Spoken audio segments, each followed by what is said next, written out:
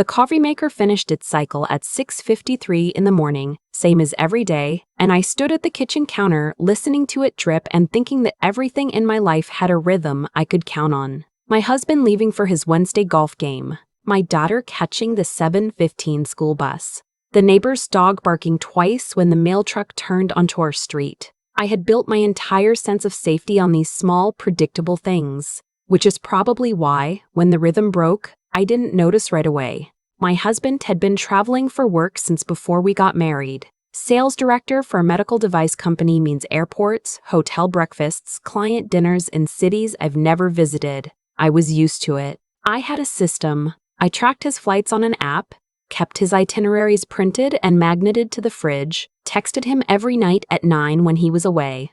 We had been doing this for 11 years. The trip that broke everything started on a Monday in February. Chicago, he said.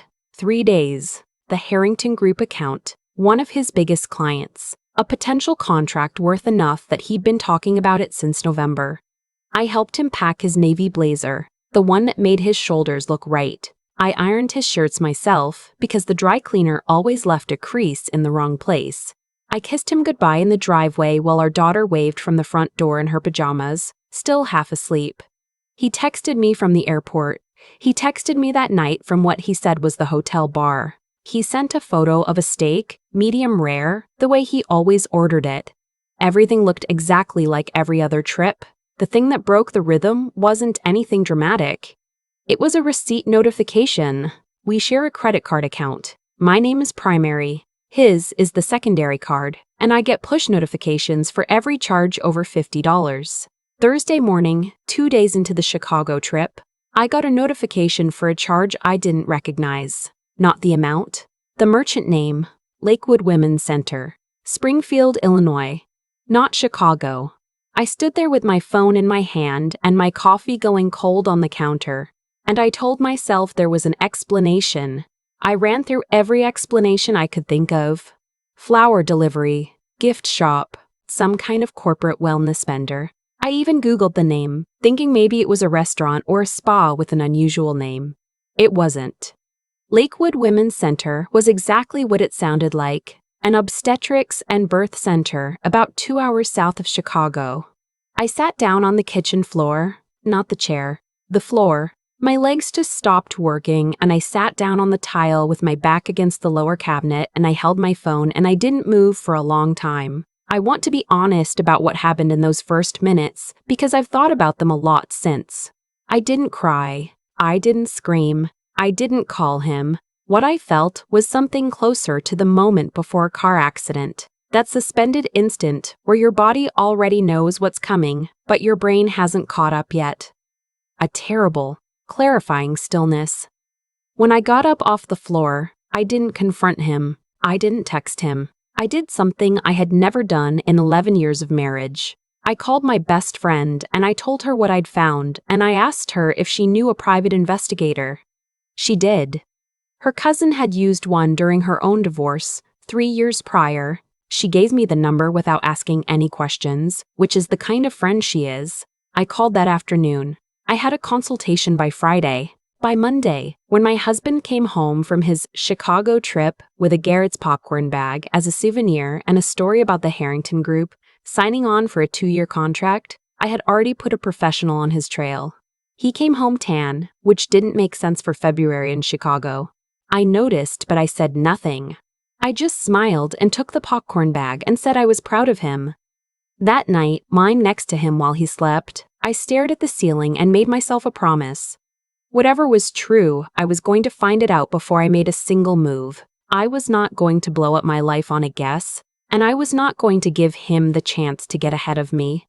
The investigator's name was Mr. Reyes, former law enforcement, very quiet, very methodical. He asked me for everything I had, dates, travel records, the credit card statements going back 12 months. When I went back through them looking for the pattern, I found it. Lakewood Women's Center. 3 previous charges I had missed, each one small enough that the notifications hadn't triggered, an online flower delivery to a Springfield address in October, 2 charges to a restaurant in Springfield's downtown district in September, He hadn't been careless, he'd just underestimated me. Mr. Charming. Reyes found her in 8 days. Her name was Giselle. She was 29 years old. She had been my husband's administrative coordinator at the regional office before he'd recommended her for a transfer to the Springfield branch. A transfer I now understood he had arranged specifically. She was 8 months pregnant, with his child. Mr. Reyes delivered his report on a Wednesday afternoon while my daughter was at school and my husband was at the office. He laid photographs on my kitchen table, the same table where we ate dinner every night, where my daughter did her homework, where I had wrapped Christmas presents 3 months earlier. He was gentle about it, the way you are with someone who is about to be hurt. He asked twice if I wanted to stop. I told him to continue. I looked at every photograph. I read every document. I asked every question I had, and Mr. Reyes answered each one steadily and without pity, which was what I needed.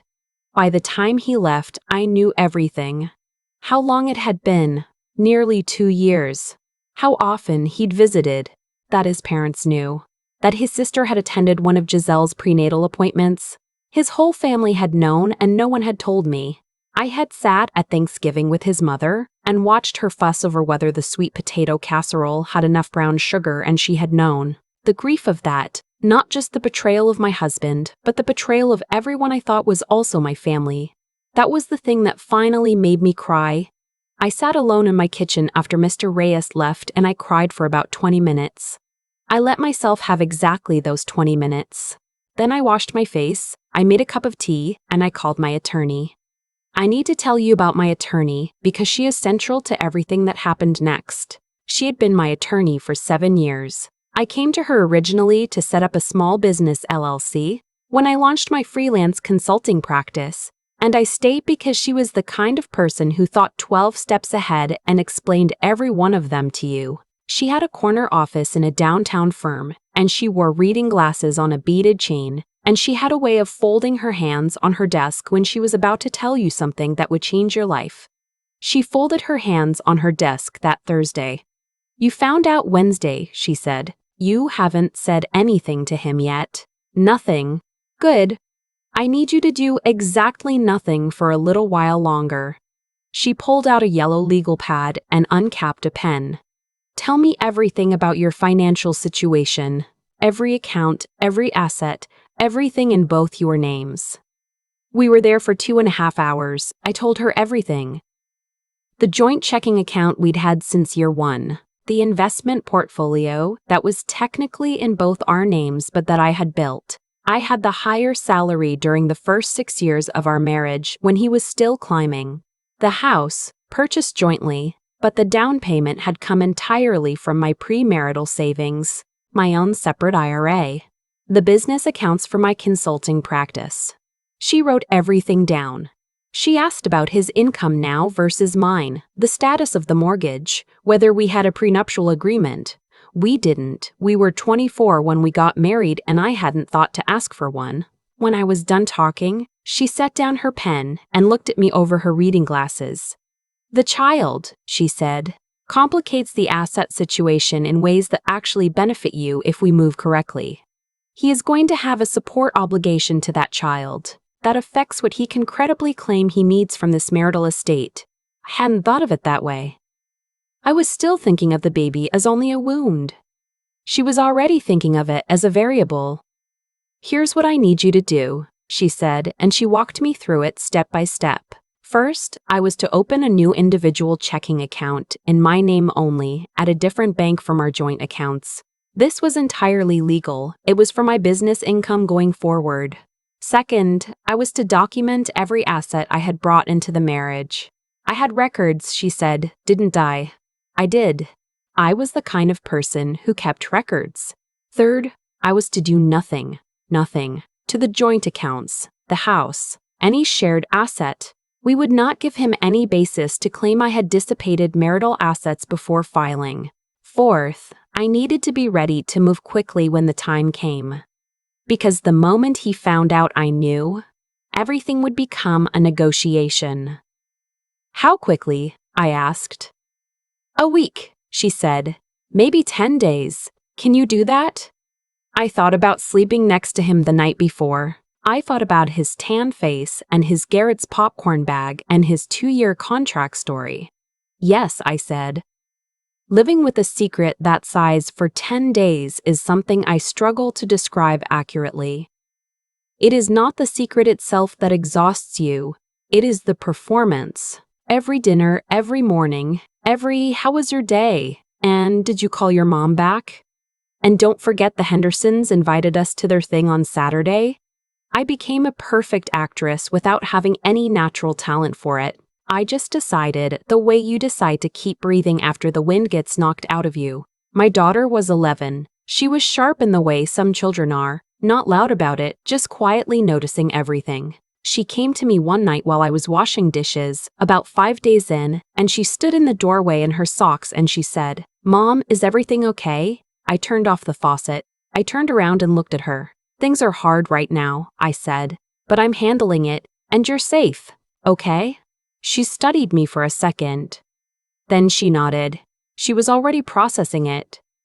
I could see it in her face. That particular expression children get when they've understood more than you intended to show them. She hugged me around the middle, her cheek against my shoulder, and then she went back upstairs without saying anything else. That was the moment I stopped being sad and became something else. Something steadier and colder and completely committed. My attorney filed on a Friday afternoon. I was at my desk when she sent the confirmation text. A single word, "Done." I waited until my daughter was at her friend's house for a sleepover that same evening. Then I changed the code on the smart lock. Our house, the one I had made the down payment on with 8 years of premarital savings. I left a note on the door and a sealed envelope with his name on it. Inside, I wrote, "My attorney will be in touch. Please do not come inside. There are provisions in the filing regarding the residence." I texted him at 7:15, "I know everything. The filing happened today. Don't come home." His first response came 45 seconds later, "What are you talking about?" His second response, 6 minutes later, "Giselle told me someone was following her. Was that you? Did you hire someone?" His third response, 11 minutes later, "We need to talk about this. You don't understand the whole situation." I put my phone face down on the counter and I poured myself a glass of white wine and I sat on the back porch in the February cold and I let myself breathe for the first time in 10 days. The next 2 months were the legal process, which is less dramatic than it sounds and more brutal than it looks. His attorney was aggressive at first. There was a lot of language about reconciliation and extenuating circumstances. And at one point a letter suggesting that my hiring a private investigator was somehow a violation of his privacy. My attorney responded to that 1 in 3 sentences, and I don't think it was brought up again. The factors in play were these. The marriage was 11 years. I had a documented record of my financial contributions, including the down payment. His new support obligation to Zelle's child, confirmed as his by a voluntary paternity acknowledgement he'd signed at the birth, which Mr. Reyes had obtained as part of the public record, materially affected his financial picture. My consulting business income was established and growing. My daughter was 11 and had strong ties to her school, her friends, her home. His family tried to intervene. His mother called me 3 times in the first week. I let them all go to voicemail and sent her a text that said, "Please communicate with my attorney's office going forward." His sister sent a long email that I read once and then archived without responding. I had been polite to these people for 11 years. I had cooked at their holiday gatherings and remembered their birthdays and sent flowers when his father had his surgery. I did not owe them my time or my emotional energy anymore. What surprised me, what I still think about, was my daughter. I told her the truth in age-appropriate pieces, the way my own therapist helped me frame it. Dad had made some choices that hurt our family. Dad was going to be living somewhere else. That didn't change how much both of us loved her. I told her she could ask me anything. The question she asked first was not what I expected. "Did you know for a long time?" she said. "Before you told me?" "About 2 weeks," I said. She thought about that. "You were still making his lunches," she said. "I saw you." She had been watching me perform and she had noticed. Of course she had. I needed to be smart about it, I said. I needed to protect us first. She nodded slowly, the way she nods when she's filing something away. Then she said, "I think you did the right thing." She was 11 years old. She said it with the authority of someone much older, and I had to excuse myself and go to the bathroom and stand at the sink for a few minutes. She adjusted better and worse than I expected, in alternating patches. There were hard nights. There were school mornings where she didn't want to get out of bed, and I sat on the edge of her mattress, and we just stayed there together for a while before either of us moved. Her father called regularly in the first month, and then less regularly, and then sporadically. She noticed the pattern without being told. She didn't say much about it.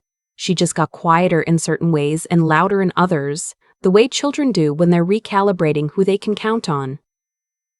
One Saturday, she asked if we could rearrange the living room. "Just move some things around," she said. She wanted it to look different. We spent the whole afternoon doing it. We pushed the couch to the opposite wall. We moved the bookshelf. We found a plant at the nursery down the street and brought it home and put it in the corner by the window. When we were done, she stood in the doorway and looked at the room and said, "Better." And I understood that she wasn't talking about the furniture. The settlement took 4 months to finalize. My attorney was methodical and relentless and never raised her voice once, which was more intimidating to his side than any amount of anger would have been. I kept my primary residence. I retained a larger portion of the investment portfolio, supported by the documentation of my prior contributions. We agreed on a custody arrangement that kept my daughter in her school, in her home, in her life. He pays child support calculated against his actual income, which is now complicated by his support obligation to his other child. I am not going to tell you I felt triumphant when it was done. Triumph felt like the wrong word for something that had cost this much. What I felt.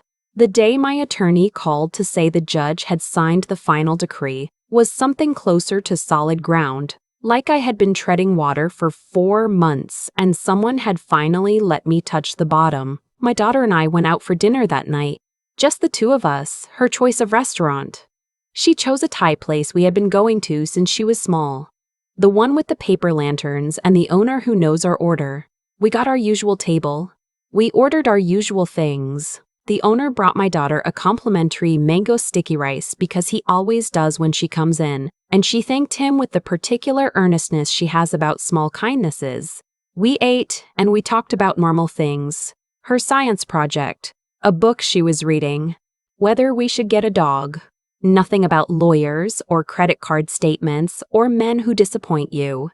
Walking home, she put her hand in mine the way she used to do when she was much younger. We were quiet for a block or two. "Mom," she said.